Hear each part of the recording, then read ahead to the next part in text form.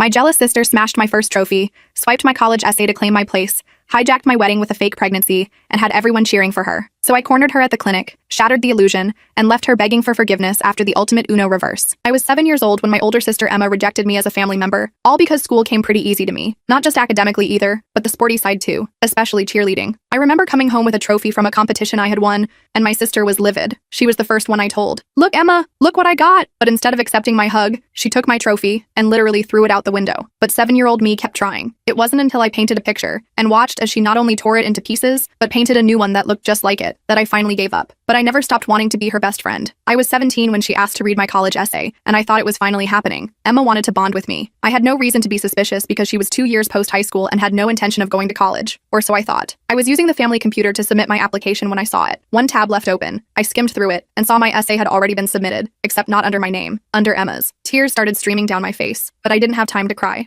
I only had 3 days left until the deadline closed, so I wiped my tears away and spent those 72 hours speed writing a completely new one. Long story short, I got accepted, but Emma didn't. That incident burned what was left of our sisterhood down to the ground. So after I moved out for college, I only saw her during the holidays, and even then, we'd barely talk. But I was still happy for her, because after that failed attempt, she started to turn her life around. From her Instagram, I could see that she had finally gotten her esthetician license and the summer body she always dreamed about. I wanted to reach out to congratulate her, but I wasn't even sure if she knew I followed her and didn't want her to block me. But 3 years later, she did it herself. It was my first day as a registered nurse, so I posted a photo of me and the other girls in the staff room. Immediately, she called me and asked why I didn't invite her to my college graduation. I told her the truth, that I didn't want her to sabotage it. There was silence for a while, and I swear I thought she hung up. But that's when she whispered a meek, "I'm sorry." An awful gut feeling washed over me, but I told myself that giving her a chance was the least I could do, and immediately said, "It's okay." "No, Ella, it's not. Are you still living in Chestnut Hill?" I told her yes, and she began insisting on buying me dinner at the local diner, just like old times. Every part of me wanted to say no, but my imagination was running wild. I thought of me and Emma, gossiping on a couch together, drinking lavender tea, having the friendship I always dreamed of. It was that same image that made me say yes. Our catch-up was actually pretty positive, but far from the image that I had imagined, because she spent almost 90% of the conversation talking, more like bragging, about every single positive thing she had done since we last talked. She started off by telling me about her eyebrow-threading business success and how she had learned to swim. But after an hour had passed, she even started bragging about how she had once donated a whopping 1% of her paycheck to charity. I didn't even get to talk about my role as a nurse, or how I had gotten engaged to the love of my life. But I thought I'd be a bad sister if I let that be the reason I cut her off. So at the end of her 3-hour-long monologue, I told her I forgave her. We decided that Friday was our day, and for the next few months, we spent every week doing one new thing together. Pottery class, museums, everything. So when my fiancé proposed, Emma being my maid of honor seemed like a no-brainer. In the months leading up to it, she helped me with everything.